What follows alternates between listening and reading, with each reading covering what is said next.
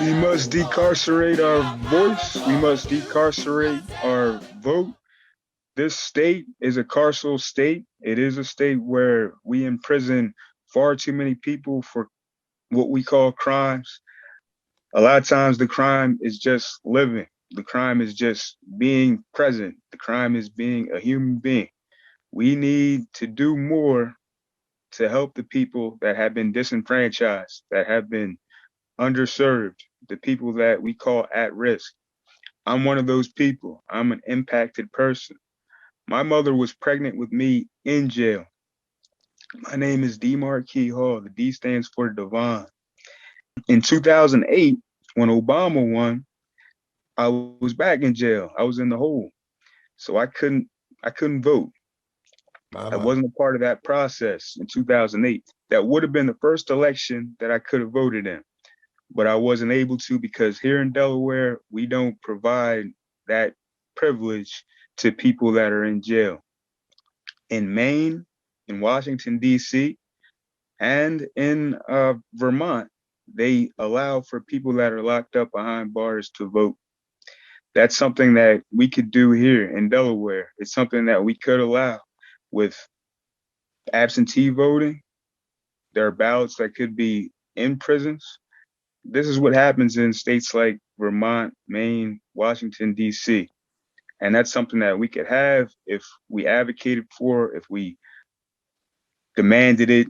We could have same day registration where we could actually go and we don't have to worry about being registered already. We don't have to worry about deadlines a month before.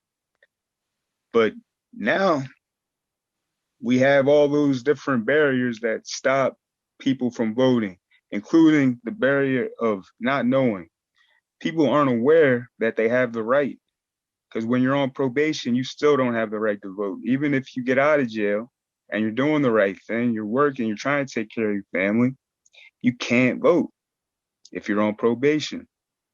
They say that felons, people that are convicted for felonies, I don't like using that term felons, but people that have been convicted for felony charges cannot vote.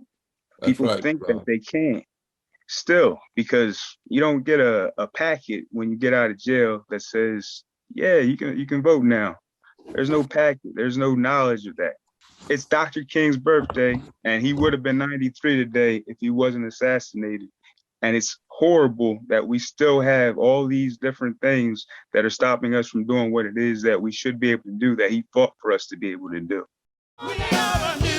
We welcome you to the launch of the Mass Poor People's Low Wage Assembly and Moral March on Washington, D.C., June 18, 2022. And we need to do it with the biggest actions possible. Because we know the only scarcity is the moral will to do what's right. Veterans across this nation say enough is enough. My voice is just as valuable as anyone else's. We need the third Reconstruction. We have an immoral system run by immoral people.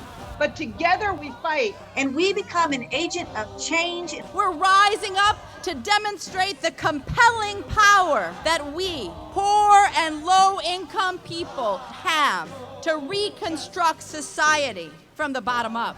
It's time for a change! We are people of resilience.